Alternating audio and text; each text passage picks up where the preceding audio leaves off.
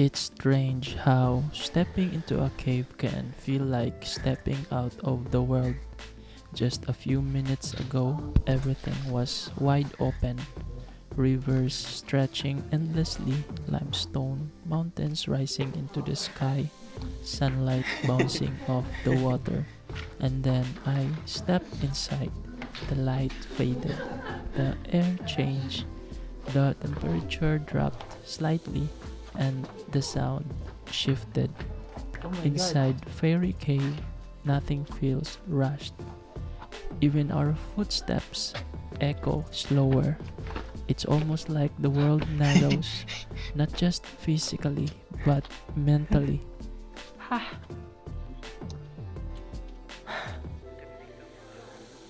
Outside, Tam Cốc feels expansive. Open skies, open landscapes, It's okay, take open movement. But inside this cave, the space tightens. The ceiling lowers. The walls close in. The path bends in ways you can't see ahead of time. And you realize very quickly this isn't a place you can rush through. You adjust your pace without even thinking about it. You become more careful, more aware.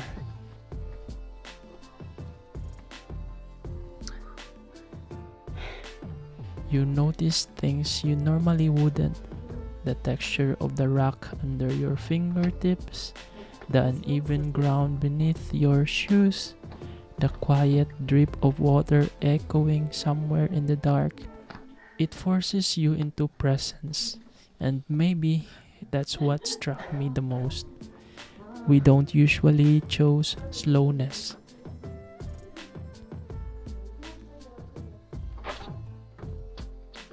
We don't choose dim light.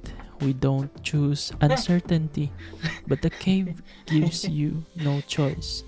You can't see the entire path ahead. You only see what's immediately in front of you. A small patch of light, a curve in the stone, the next few steps, and that has to be enough. I think that's what makes caves humbling. Not because they're dramatic, but because they don't bend to you. They don't adjust to your pace, you adjust to theirs. And that made me think about how often I try to control everything outside of me.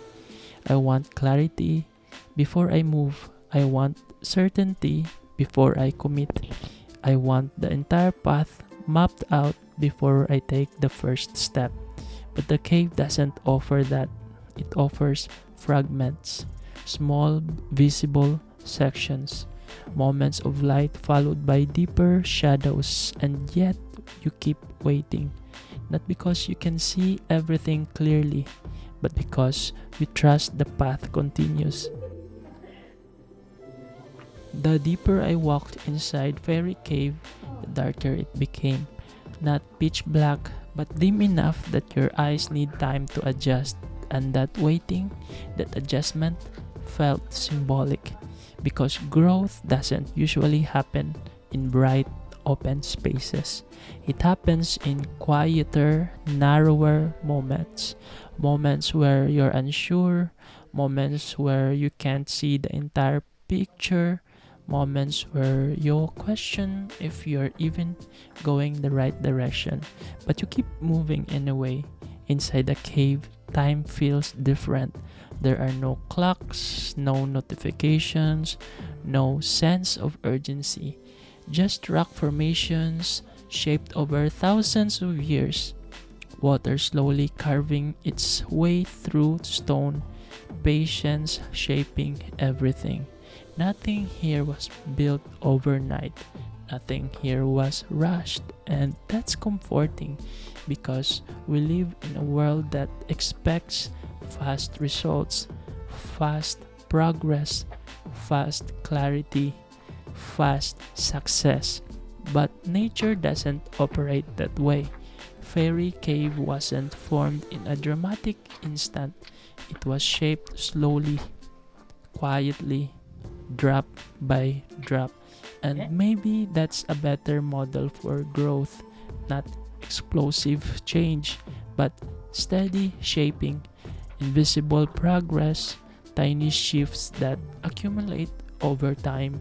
As I walked farther, I noticed how the cave narrows in certain places. You can't walk side by side, you move single file. Yes, Huh? so, This yeah. is that the exit? I think I have to go back. Oh, I think so. Là, on est demi-tour.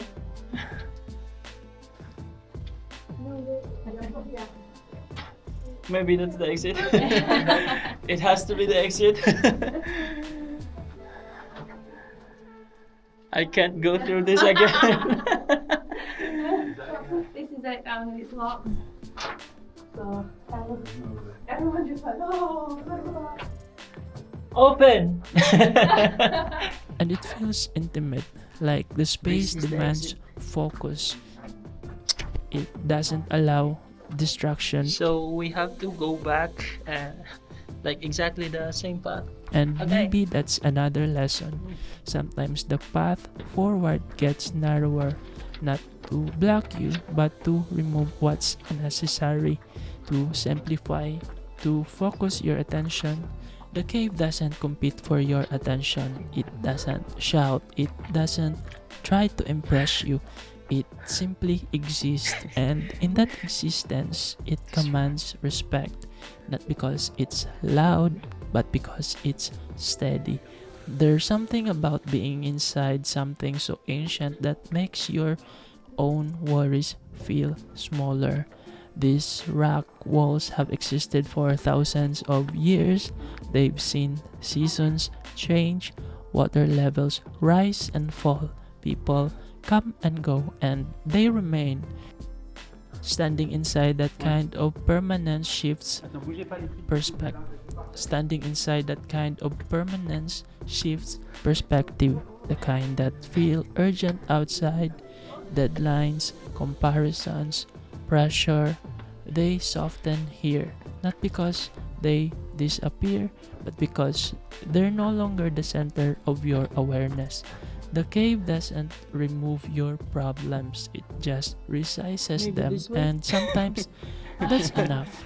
Eventually, you begin to see light again, a faint glow ahead, and instinctively, your steps become more confident. Not because the cave changed, but because you adapted. Your eyes adjusted, your pace slowed, and your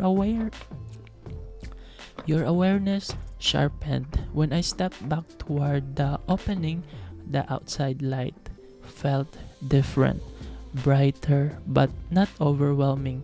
It felt earned, like I had moved through something not physically difficult but mentally grounding. And maybe that's the quiet gift of places like Fairy Cave.